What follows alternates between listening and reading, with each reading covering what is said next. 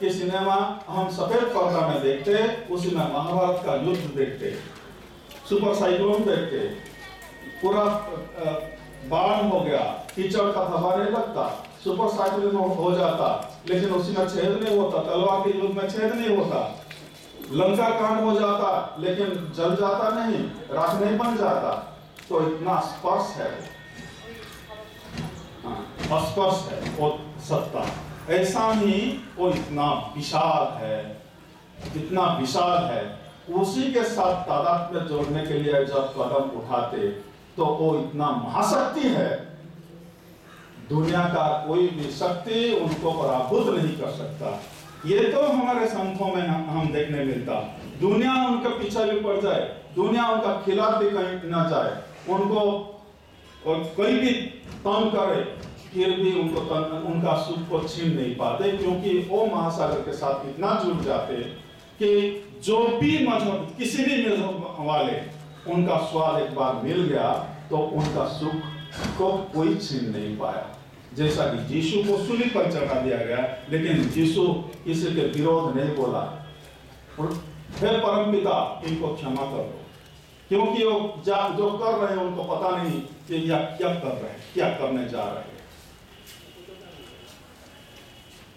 मंसूर एक संत हुआ, वो भी जब वो स्वाद मिल गया तो अनलग करने लगा। उनका मजहब में, हमारे मजहब में तो अहम ब्रह्मास्मि बोलते, लेकिन उधर मैं ब्रह्म हूँ बोलते तो उनका मजहब का खिलाफ था, संप्रदाय का खिलाफ था। उनको जो मित्र वर्ग पहले समझाने लगे, भाई ये पागलपन छोड़ो, लेकिन जो ट्रुथ को दर्शन करने लिया वो किसी को सुनता नहीं।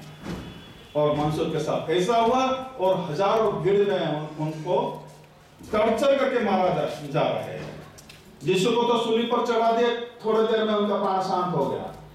गांधी जी को तो गोली कर दिया तो क्षण भर में उनका शरीर भी टल गया। लेकिन मंसूर को जैसा मार रहा है, देखिए, हजारों भीड़ के बीच में पहले उनका टांग काट दिए, खून बहने लगा, खून को हाथ में लेके वजू कर रहे हैं। मंसूर ये क्या कर रहे हैं? वजू कर रहा हूं। क्या वजू खून में होता? असली वजू तो अपने खून में होता। हाथ काट देते, आंख फोड़ देते, आखिर में वो बोलते कि हे परमपिता, आज मंसूर जीत गया। भीड़ों से आवाज आता, क्या जीत? मंसूर क्या जीत? किसकी जीत? ऐसा व्यवहार के बावजूद भी अगर प्रेम बरकरार रहा, अंदर से आपके प्रति घृणा नहीं की, देश नहीं की, प्रतिशोध की कोई भावना नहीं, मुझे संदेह था कि ऐसा व्यवहार में मेरा जो प्रेम, मैं जिसे स्वाद लिया हूं और स्वाद तो कहीं फीका नहीं पड़ जाएगा। फिर भी अगर ये प्रेम का उमड़ में कोई बाधा नहीं, कोई रोक नहीं, तो मंसूर का जीत हुआ बोलते। इसीलिए वो ही जीवन हमारा लक्ष्य है, ऐसा जीवन ही हमारा लक्ष्य है। ऐसा अनोखा जीवन मानव जीवन में, एकमात्र मानव जीवन में ही संभावना है। तो उसी का प्यास हमको आना चाहिए, उसी का तड़प हमारे अंदर होना चाहिए, उसी का तड़प हमारे अंदर होना चाहिए। साधना को श्रम मत बनाओ। तो साधना कैसा होना चाहिए? सांस जैसा होना चाहिए। बात करते वक्त सांस बंद करके बात करते हैं। भोजन करते वक्त क्या सांस को ब्रेक देकर भोजन करना पड़ता? कोई भी काम करते वक्त क्या सांस को बंद करके काम करना पड़ता? ऐसा कि सो भी जाते, क्या सांस को ऑफ करके सोते? अगर सांस थोड़ा सा रुक गया तब बेचैन जैसा हो जाते। प्रभु का स्मरण को भी सांस बना दे। बिना प्रभु स्मरण में वो छटपटाहट होना चाहिए, वो छटपटाहट होना चाहिए। तो दिनचर्या में जो भी कर्म हमको मिला है, हमारे भारत इतना धनी है स्पिरिचुअली, उसमें ऐसा दृष्टांत मौजूद है कि युद्ध के तमामी परिस्थिति में भी प्रभु स्मरण हो सकता, युद्ध करना भी प्रभु स्मरण बन सकता, और व्याधस्य चरणम, व्याध के आचरण भी प्रभु पूजा बन सकता।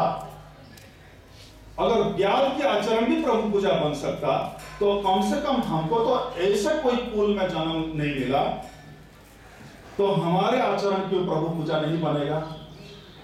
दिनचर्या में सत्य के आधार पर अहिंसा आचरण, सबके साथ प्रेम की बर्ताव करके, अगर पवित्र, कोई मिलावट नहीं, कोई छल कपट नहीं, ऐसा अपना ग्राहक के साथ, अपना सामने वालों के साथ, अपना एरी फेरी चारों तरफ में जो भी है उनके साथ अगर बर्ताव में जिए और अपना कर्म को भगवान का पूजा, इन सब नाम रूपों में मैं आपका ही दर्शन करूं, आपका ही सेवा करूं, इसी भाव से जो भी हमारे स्पर्श में आ रहे हैं, प्रभु इसी शक्ल में मेरे सामने उपस्थित है, ये भाव से अगर व्यवहार करें तो ऐसा कर्म भगवान का पूजा बन जाता। इसीलिए कर्म में दोष देख के कर्म को छोड़ के भाग जाना त्याग नहीं बताया, त्याग नहीं बताया। त्यागे न पुरुष व्याघ्र, त्याग से व्याघ्र विक्रम आ जाता, कमजोर नहीं पड़ते त्याग करने से। तो यह त्याग का रहस्य को भी समझना ही चाहिए। दूसरी टेक्निक बताते, keep a thin distance for God. Swami Chidanand ji बोलते, अपने प्रभु के लिए फासला दिन प्रतिदिन कम करते जाइए दिनचर्या में। जो सर्वव्यापक सत्ता है, जो कि नजदीक से नजदीक है, उनके लिए फासला कहां से आएगा? जो व्यापक तत्व है उनके लिए फासला कहां? जो कि सब समय में, सब जगह में, सब में, मेरे में मौजूद है, यहाँ अभी मेरे में मौजूद है, उनके लिए दरार लाने वाला तत्व है क्या? और कोई नहीं है। मेरे परिवार वाले नहीं है, मेरे दुकान मकान नहीं है, मेरे समाज नहीं है, मेरे राष्ट्र नहीं है, और कोई नहीं है, मैं खुद ही हूं। गुरुदेव उनके लिए क्या बोलते? Are you a good companion to yourself? Can you tolerate yourself when you are alone? Or is it a mass of negativity inside? You must lift yourself by yourself. स्वामी चिदानंद जी, जब आप अकेला में है, जब समाज से आप हटके हैं, क्या आपका जीवन तो भाराक्रांत नहीं बन रहा है आपके लिए? आप अपने को झांको। दूसरों को बदलने से पहले reform thyself first. Physician heal thyself first. तो दिव्य जीवन किसी जगह से हट के कहां से शुरू करना नहीं होता, अपने से ही शुरुआत होता। Because you are the centre of God. आप ही भगवान का केंद्र है। आप जैसा केंद्र है, सब केंद्र है। और आध्यात्मिक यात्री के लिए हर जगह में केंद्र ही केंद्र है। लेकिन संसारी यात्री के लिए, संसारिक प्राणी के लिए हमेशा सर्कमफेरेंस है। मंदिर को भी परिधि में रखते, मंदिर भी अपना बिजनेस बनाने के लिए बनाते। अगर ईश्वर सत्ता के ऊपर हमारा आस्था नहीं होता, विश्वास नहीं होता, मंदिर क्यों बनाते? मंदिर के लिए समय क्यों निकालते? लेकिन हम जो जैसा हमारा दिनचर्या चल रहा है, देखने से पता चलता कि हमारा विश्वास कहां है और हम क्या कर रहे हैं। विश्व कवि, विश्व गुरु रविंद्रनाथ टैगोर इसी के ऊपर कुछ बातें हमको दिया है। Go not to the temple. Go not to the temple to put flowers upon the feet of God. First, fill your own house with the fragrance of love. भगवान के दरबार अर्थात मंदिर को जाके भगवान के पवित्र चरण में पुष्प चढ़ाने के लिए जाने से पहले अपने घर में ही प्रेम की सुगंध फैला दो। अपने घर में प्रेम की वातावरण में भर दो। Go not to the temple to light candle before the altar of God. First, remove the darkness of sin from your heart. भगवान के दरबार में जाके उनके सिंहासन के सामने दिया दिखाने के से पहले अपने अंदर में जो पाप की अंधेरा है उसी को दूर करो। Go not to the temple to bow down your head in prayer. First, learn to bow in humility before your fellow man. अपने एरी फेरी में, अपने अगल बगल में जो आपका अड़ोस पड़ोस है, उनके सामने झुकना सीखो। पहले भगवान के दरबार में जाके उनके सामने प्रेयरफुल मूड में झुकने से पहले। Go not to the temple to pray on bended knee. First bend down to lift someone who is downtrodden.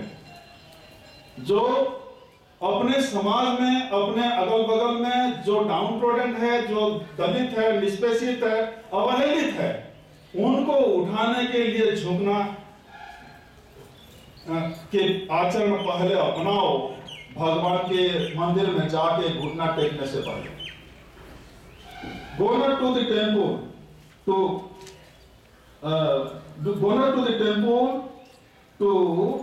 ask for forgiveness for your sins. First forgive from your own heart those who have sinned against you.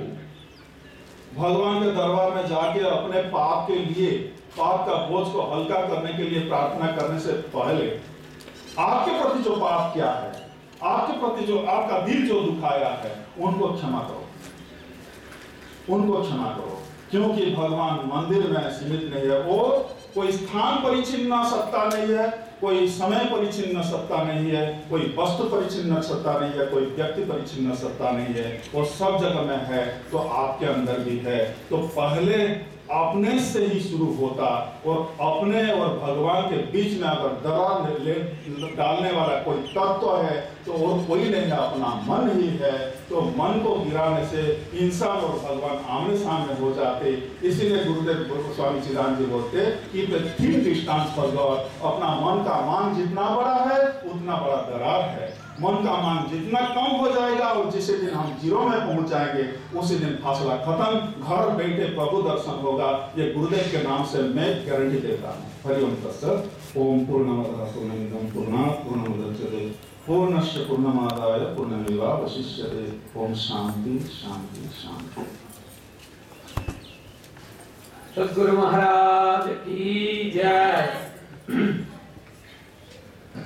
We are thankful and grateful to Pujya Dharmanishtanand Swamiji Maharaj for his very inspiring